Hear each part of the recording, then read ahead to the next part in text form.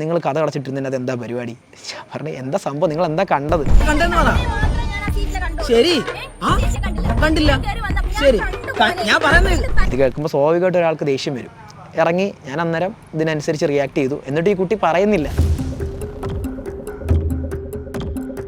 വീട്ടിലേക്ക് പോകാനുള്ള വഴി വേറെയുണ്ട്, എന്നിട്ട് എന്തിനാണ് ഈ കട്ട റോഡിൽ കൂടി ഇവിടെ വന്ന് കിടന്നതെന്നൊക്കെ ചോദിക്കുന്നുണ്ട്. വയ്യെങ്കിൽ വീട്ടിൽ പോയി കിടന്നുകൂടെ? എനിക്ക് ശരീരം വല്ലാതെ വന്നു. ഞാൻ പറഞ്ഞു എനിക്ക് വണ്ടി ഓടിക്കാൻ ബുദ്ധിമുട്ടുണ്ട്. അപ്പോൾ അങ്ങനെയാണ് അവിടെ കൊണ്ട് ഒതുക്കി നമ്മൾ കുറച്ച് നേരം റെസ്റ്റ് എടുത്തത്. ഇപ്പോൾ നാട്ടുകാരുടെ സപ്പോർട്ട് കിട്ടിയിട്ട് വേണ്ട എൻ്റെ ഭാഗം ക്ലിയർ ചെയ്യാനായിട്ട്. പക്ഷേ ആ കുട്ടി ചെയ്യുന്നത് നേരെ തിരിച്ചാണ്. കുട്ടി ആരുടെയൊക്കെയോ വാക്കിങ്ങനെ കേട്ട് വീണ്ടും ഒരു മോശം ഇതിലോട്ട് പോയിക്കൊണ്ടിരിക്കുകയാണ് ചെയ്യുന്നത്.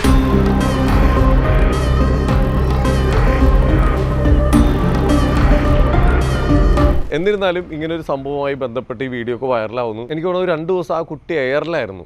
അപ്പം നിങ്ങൾക്ക് അപ്പോൾ ഒരു മനസ്സിലൊക്കെ ഉണ്ടാവും, ഉറപ്പായിട്ടും ഉണ്ടാവും. എല്ലാ കമന്റ്സും നമ്മൾ ചെക്ക് ചെയ്തിട്ട് കൊച്ചിന് എന്തെങ്കിലും മോശം വരുന്നുണ്ടോ എന്നുള്ള രീതിയിലായിരുന്നു ആദ്യത്തെ 2 ദിവസം 3 ദിവസം നമ്മൾ ഇതെല്ലാം ഡിലീറ്റ് ചെയ്താണ് നമ്മൾ ശ്രദ്ധിച്ചുകൊണ്ടിരുന്നത്. പിന്നെ എന്തിനാ അവിടെ വണ്ടി കൊണ്ട് നിർത്തി, പിന്നെ അവന് വീട്ടിൽ ചെയ്യേണ്ടത് എന്തിനാ അവൻ റോഡിൽ ചെയ്തു.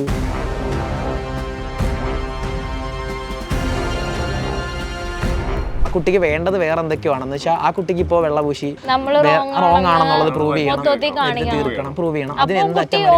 അല്ലെങ്കിൽ കുട്ടിയുടെ ഇമേജ് സമൂഹത്തിൽ ഓക്കെ ആവും എന്നുള്ള മൈൻഡ് ആയിരിക്കും. ആ കുട്ടി പിന്നെ പറഞ്ഞതെന്ന് പറഞ്ഞു കഴിഞ്ഞാൽ ഈ വീഡിയോ ഞാൻ ഡിലീറ്റ് ചെയ്യുന്നതിനോടൊപ്പം ഞാൻ ആ കുട്ടിയോട് ഒരു പബ്ലിക്കായിട്ടൊരു മാപ്പ് പറയണം. ആ കുട്ടിക്ക് ജോലി സ്ഥലത്ത് മുന്നെടുത്തുള്ള മാനനഷ്ടത്തിനെല്ലാം ഞാൻ ഉത്തരവാദിയായി.